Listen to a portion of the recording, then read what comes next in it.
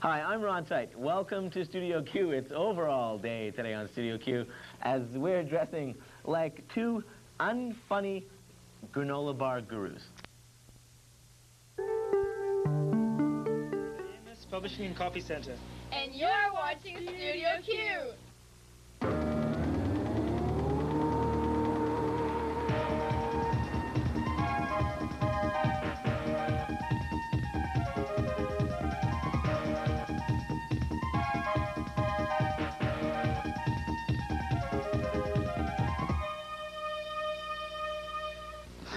Hi, I'm Kirsta Teague. And I'm Ron Tite. We're glad you're kicking off your homecoming weekend with us here on Studio Q.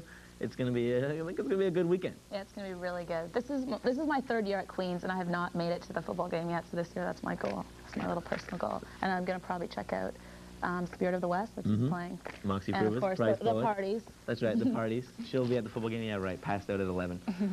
Anyhow, today's show is power packed, including stories on the Velshi versus Preston Manning annual confrontation, the women's water polo team, and our eagerly awaited story on house legends.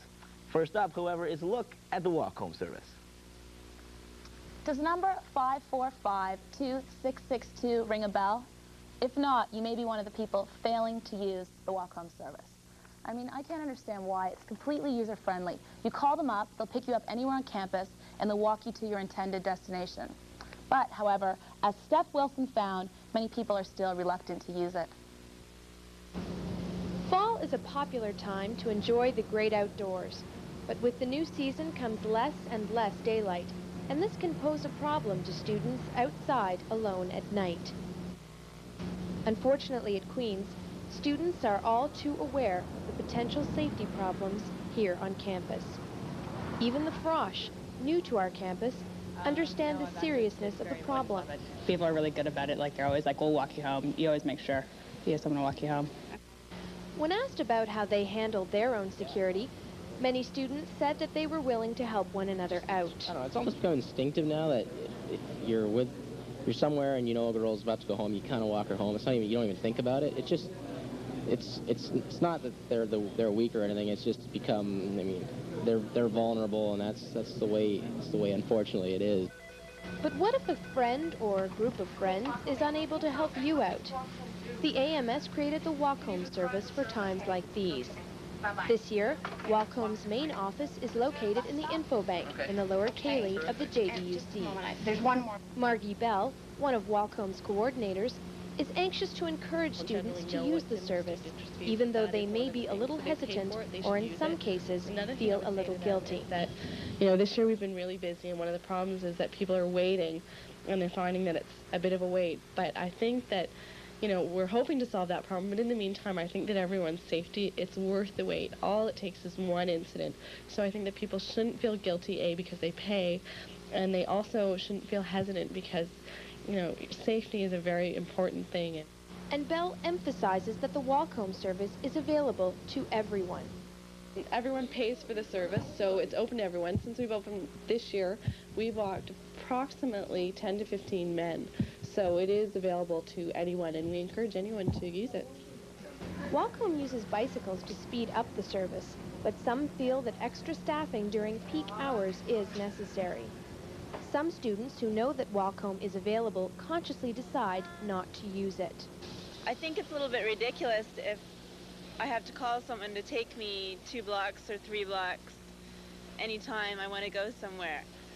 And you just don't want to start getting caught in the trap of being scared all the time and worrying about going places by yourself.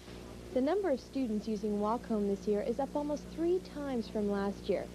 So despite the fact that many students are hesitant to call the service, there is a demand for it. For Studio Q, I'm Stephanie Wilson reporting. I'm Bruce Sellery. Coming up on Studio Q, Preston Manning's return visit to Kingston. Velshi and rookie protester Paul Finch were there to greet him. Why do you argue Preston Manning that I'm going to get kicked out? Why don't you have him kick me out? Because... Out you go. Out you go. Stay tuned to understand the focus of their anger, as well as understand why Manning says no to the Charlottetown Accord. Queens is famous for its legends. However, is Queen's legendary social atmosphere a myth or reality? Mike Souther set out to find the truth. The G-Spot, the Embassy, the Dewdrop Inn, the Shrine, and Trilema, but to name a few ghetto house legends. These have often become the center of social activity here at Queen's in recent years. Concerned that this level of social activity has decreased, I embarked on a quest for the truth. I thought, who better to ask than the residents of those ghetto houses, those hubbubs of delinquency? And so I asked them if in fact social activity has decreased. It's just as much partying, except for last year they brought in a voyageur bus full of police and parts of the university in Johnston, and that did a significant amount to the partying. But I think everyone's still partying. I think you just sort of pay a higher price for it. Okay. I still see just as much partying, maybe not in the wild in the streets, but right. There's still a lot in the houses. Maybe moved inside? Yeah. Okay. Yeah, I think it's controlled more now than it was when we were first year. It was crazy. No, like Frost Week's died down quite a bit, and I don't know, the spirit for Kill McGill was there, but probably not as much as it has been in the past. Okay. Homecoming weekend, you know, police lay a lot of charges. Right. But this is not the end of the story.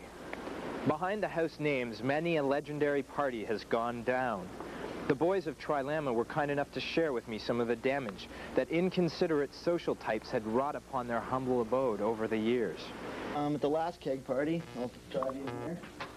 Somebody managed to put their left or right foot right in there, and up here on the wall, somebody head-butted the wall, and you can see we've got a plaster in there, but minor stuff like that. This door over here, if you want to just pan over here, this might look like a piece of wood, but it's really a piece of cardboard. Somebody put their fist through that, which is pretty uncool. So if you guys know anybody out there who knows who did it, get them to fess up. The shrine had a bucket full of beer caps as proof. It is of no wonder that their place was once called the House of Perpetual Consumption. But this is not the end of the story. I thought again. Perhaps there are legendary tales behind these legendary names. And so I asked. Last year's president, Brendan Corr, and some of his friends, when they moved in, they were, one of them was a U2 addict. And his residence room was called the U2 Shrine, and when they moved in, they just called the house the Shrine. That was about 6 years ago. Dew was the nickname that soldiers in the Vietnam War, I gather, used for acid. Okay. And so you drop acid, you do drop. That's where it came from. That's kind of illegal, isn't it? Apparently the G-Spot is in fact a very special room in the house. When I inquired about searching out this room, the resident physically thrust me back and asked me to leave. Evidently, this is a sacred room. So in the halls of these immortal palaces of overconsumption and festivities, the spirit of Queens lives on. Fellowship and bonding are traditions that have continued. The residents of these ghetto house legends have fearlessly assumed their duties as ambassadors to us all. And I do hope that this story is worthy of mention to our friend's next letter to the editor. For Studio Q, I'm Mike Souther.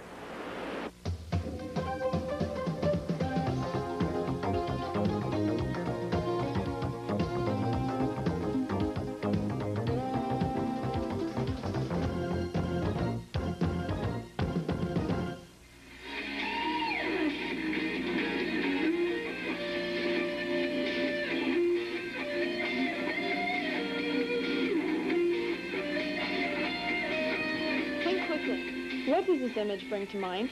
Is it a terrific method of procrastination for an hour a week, or does it only make you grab frantically for the converter in hopes of finding a good National Geographic rerun? Even if you did watch it, would you ever admit to it? What is it about Beverly Hills 90210 that makes the show so popular? Is it the characters, the storylines, or the sideburns? For some, Beverly Hills is a teen dream come true, a chance to relate to other real kids living out similar problems of growing up. For others, it is a mesh of teen angst and melodrama so unreal, it's enough to turn stomachs as well as the channel. Guys are really ugly.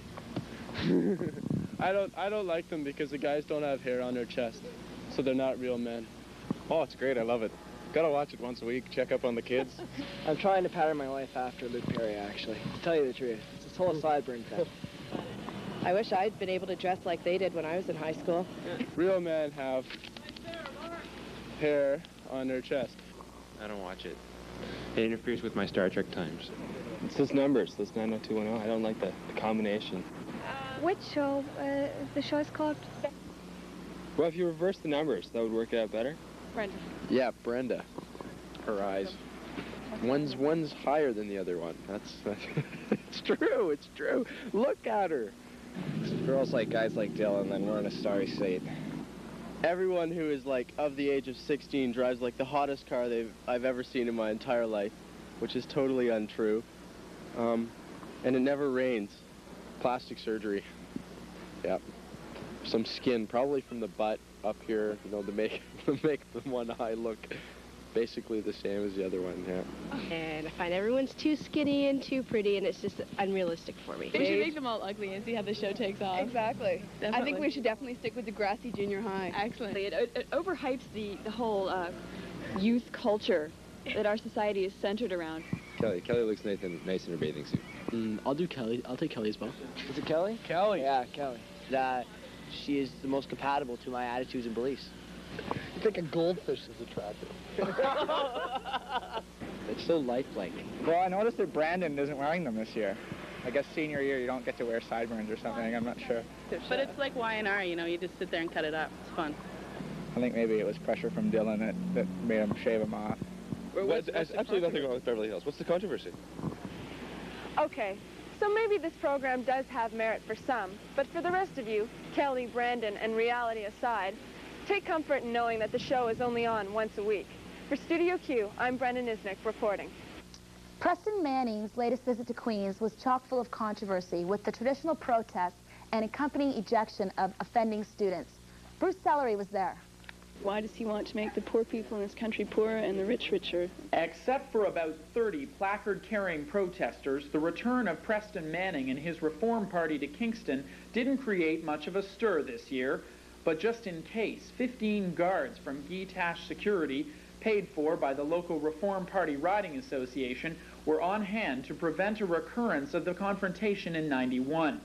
Almost exactly a year ago, this was the scene in front of Grant Hall. There was anger, first against Preston Manning's policies, and then against the protesters who disturbed the address. The situation boiled over on a number of occasions, and Kingston police stepped in. Aside from beefed-up security, though, this could have been a reformer rally anywhere. The predominantly white, middle-aged, and middle-class audience listened to the former evangelist explain his resounding no to the current constitutional amendments. He says that Canada is presently in a financial hole, and that if we want to get out of this hole, we first have to stop digging. Not only does this agreement fail to stop the digging, it hands the federal government 4 more shovels. The accord will be another blow to the economy, he feels, but he doesn't think that this deal will silence never-ending constitutional talks. I know the yes side implies, someone by saying yes, this is going to ease the Quebec problem, but as soon as we come back to what in the agreement, I took an hour the other night trying to get Audrey McLaughlin to say what in the agreement produces that effect, and she couldn't say. She went on to the general, but somehow it helped. You know? And while Manning displayed ability at the showmanship required for a leadership tour, he was upstaged by a group of Queen students. All cameras turned to Ali Velshi, the sequel. Before his appearance at the rally, he reiterated what he'd said in his press release to local media. So I can't say that I won't say anything. I'm not planning to say anything. I'm planning to go there and listen to Preston Manning and try and get a question in if possible. Seen here last year, he was on his feet because he strongly disagreed with the Reform Party's policy to draw questions at random from a box instead of answering them from the floor. This year, his group came to challenge Manning on the same issue, approaching the podium to demand a personal response. Reform's initial explanation was time constraints, but when the band struck up a tune and the Purple Bucket Brigade wandered the aisles collecting questions, it became apparent that there was more to the reasoning. It's Preston Manning that I'm going to get kicked out. Why don't you have him kick me out? Because out you go. Out you go. Out you go. Both Velshi and Paul Finch refused to leave the stage area. They were then physically ejected amid shouts and flailing arms after refusing Manning's offer to answer their questions in addition to the balloted ones.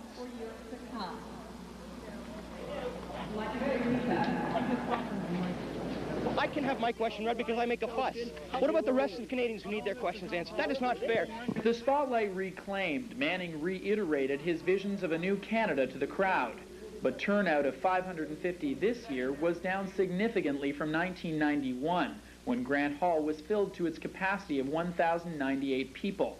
Mysteriously, Manning, it seems, had different figures.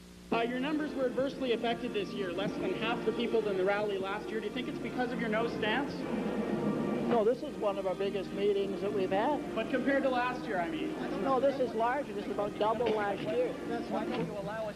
Regardless of ticket sales, Preston Manning is at risk of alienating some of his Ontario supporters with his adamant no to the Charlottetown Accord. Supporters who may believe in his economics, but not in his idea that a no vote will silence the constitutional drone. For Studio Q, I'm Bruce Sellery reporting. With financial constraints becoming more pressing, universities are being forced to look elsewhere for money to run their institutions. While some schools, say Western, are being forced to sell chocolate-covered almonds door to door, Queens has opted to continue with the Queens Challenge fundraising campaign. With more on that story, here's Fiona Macauley. As the deadline for opt-outs approaches, people are asking, what is the Queen's Challenge? And if I don't opt out, where does my $35 go? In the past, student contributions have facilitated improvements to Queens that would not exist otherwise. Current students are not donating to the future. One such project is a student art gallery in the new Stouffer Library. Nick Jones, an MBA student, is heavily involved in making the project happen. There's no other source for that amount of money to create such a facility on campus. Currently, there is no student art gallery on campus, and as such, a large proportion of the work produced by the students is actually thrown away or given away, never having been shown to the public, which is one of the primary reasons the fine arts students produce art. Another area that stands to gain from continuing contributions has very tangible benefits for the students. It is the Instructional Development Centre. Dr. Napper, its director, explains. What we do is provide courses, we provide workshops, very practical workshops on how to use different teaching methods, how to evaluate your own teaching with a view to improvement. We have all these professors who are teaching and teaching undergraduate students, but they're not actually trained to teach. Many students are opting out of the Queen's Challenge because they are not sure of where the money goes to. To combat this problem, the Queen's Challenge Committee has joined up with various faculties to develop something called the Incentive Program. Meg McMullen, the law faculty representative, explains how this works. If you're able to reduce your opt-out rate by a certain percentage, you are able to get a certain amount of money. That is why we think that there's been a fairly positive response within the law school. $45 means different things to different people. To many students, it is dinner and a movie or a case of beer. But to other services on campus, a student's $45 enables them to continue to provide valuable service to the Queen's community. This is Fiona Macauley reporting for Studio Q. Okay, Ron, I have 1, 2 serious stories. Yeah. That's my page, and then we go into the rest of the script. You have like 1, 2, 3. Yeah, it doesn't matter. Well, I know, but every week when I go and get my script, I always see little KTs and RTs, and then over the R, there's a little scribble. No, and you're writing, I don't Bucko, think so. got a Look, it K says written Ron. out. What are you doing? We're just debating on who's going to do the next story, that's all. Ron's being a total jerk. What's the story about? Ironically, it's on the debating union. That's very funny. Okay, just roll it. We'll just go on to the next one. Just go ahead and roll it. Jerk. Some consider it a sport. For others, it's just an exciting pastime. Either way, though, it's a great workout for your tongue. I don't know how often Madonna does it, but Queens has a club that does it every single week. What is it? It's university debating. Many people believe that debating requires hours of painstaking research on serious and complex social and moral issues. For the most part, though, this is not the case. Instead, a debater's most important skill, the ability to persuade, comes from confidence, creativity, and a good dose of humor. Catherine Gatlin and her partner Stephen Newbegin, who was the top speaker at a recent debate at Western, both recognize the power of laughter as contributing to the competitive edge. out of the 50 points, 10 is wit. So being witty is important within a debate. Because the judges view you a lot more favorably if you're a little bit funny. So half the fun in debating is taking these radical right-wing or left-wing positions you just completely don't agree with. And taking it just one step further. Well, taking it one step further, or just having fun with it and pissing people off. Canadian debates follow a parliamentary format. There are two teams, the government, who defends a resolution and introduces a plan to execute it, and the opposition, who opposes everything the government stands for. This is done according to certain protocols. Thus, debaters are always courteous, articulate, sensitive, and rational, right? You brought this dumb argument up. You brought up this dumb argument. I'm just following up on it. But anyway. Debating cultivates many skills like public speaking, logical analysis, and quick thinking. It also lets you vent frustration as you politely insult the team across the floor. A big amorphous blob. Nothing really came out. Let's talk about the postmodernist. Sounds like your girlfriend. Sounds like your mother. Shut up. Not only do you cut other people up, but they're cutting you up. And that can be fun too. When you see left a stupid opening or something like that, and then just getting slammed for it. Speaking of cutting people up, be it resolved that Hannibal Lecter, the crazed cannibal from The Silence of the Lambs, is morally good. Well, I think the thing to remember is that there are two large problems facing the world today. The first of all is an overpopulation problem, and the second problem that we have today is a protein deficiency problem. And of course, Hannibal Lecter's behavior solves both those problems. By eating your friends, you're reducing the population, and you're also getting, a nice piece of meat. So I think that Hannibal Lecter clearly is the way of the future. Reporting for Studio Q, I'm Nicholas Johnson.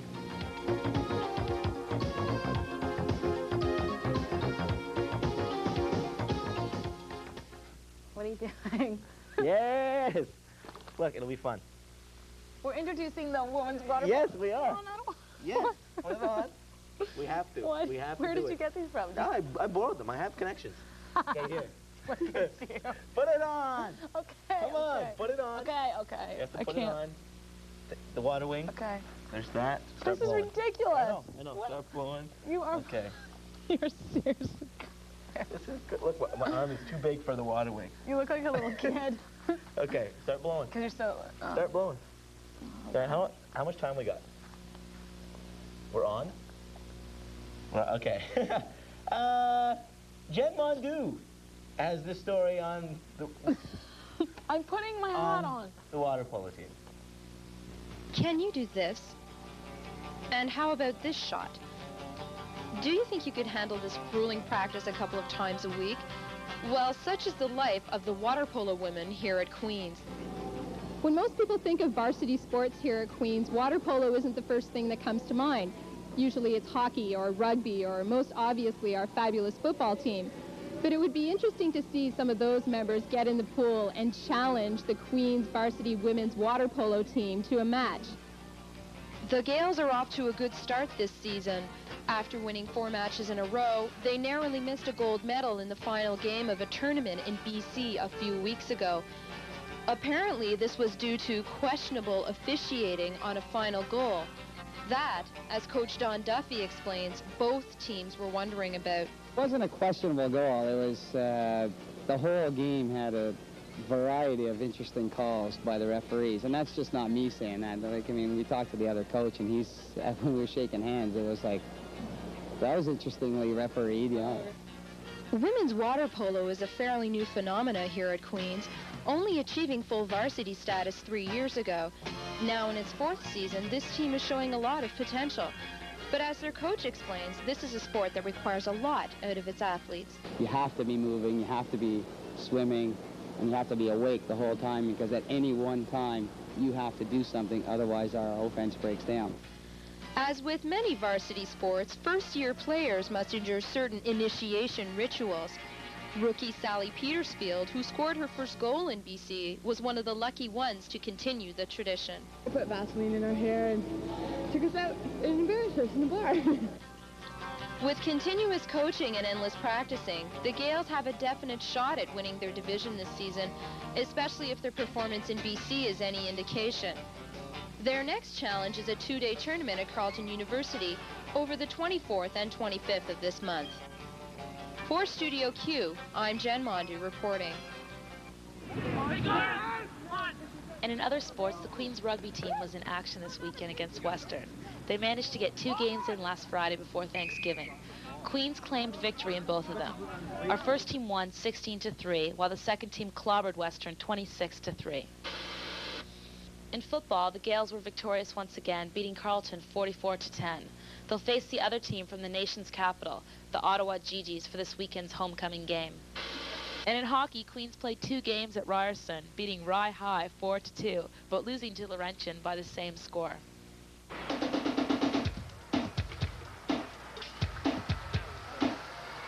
Are you sick of paying high prices for regular beer? I know I am. Well, if you don't mind putting in a little extra work for your beer, you can find out some cheaper alternative methods. And with some of those cheaper alternative methods is Mike Wise in the studio today. Thanks, Ron. Yeah, that cheaper alternative method is brewing your own beer. And just last week, a new brew your own outlet opened up near Queens. It's called Brew Ha Ha. It's located on Princess Street downtown, and it's actually run by some former Queens students. So Studio Q decided to check it out, and we ended up brewing our own batch of Studio Q brew. Now, it's all quite simple. Beer has 2 main ingredients, malt syrup and hops, which is a bitter flour. To make beer, you just combine the 2 and bring them to a boil. Now, if we roll the tape, Brew Ha Ha's owner, Tim Hughes, will lead us through the rest of the beer-making process. You take the 2 ladlefuls of wort out of the container, put it into a yeast container. What we're going to do is cool it down so that the yeast will be able to take hold. If you put yeast into it now, the yeast would die because it's too hot. Okay. So I'll get a little bowl full of water so we can set it in, and that'll help it cool down faster. So we didn't use any grains in your beer, but for a premium beer, like a darker beer, Ricker's Red, for example, we would use the grains for flavor and color. The black patent malted grain is a darker color. It's been roasted. This is called a chocolate malt. You'd actually put chocolate in a beer? There's no chocolate in there, but it just smells like chocolate. That's why they call it that. And so it's the darker grains that lend the darker colors usually to the darker ales. It is time for last hop. Now your last hop is your aroma hop. And you have to put the last hop in only after the wort has come off the boil. Because if you put it into boiling water or boiling wort, then it will boil off all the aroma oils. So now we're going to measure your yeast into your sample of wort. Put the scale on, and you have to be quite exact about this.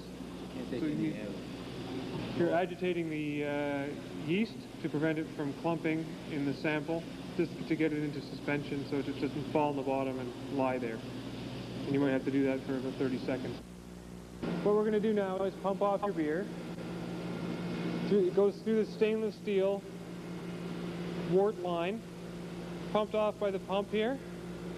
Goes through the hop filter to get out any kind of hops that might be still left. Then it goes through a heat exchanger to bring the beer down to 75 degrees. So what I'm going to get you to do is open the valve on your kettle when I say go, and then I'll turn on the pump.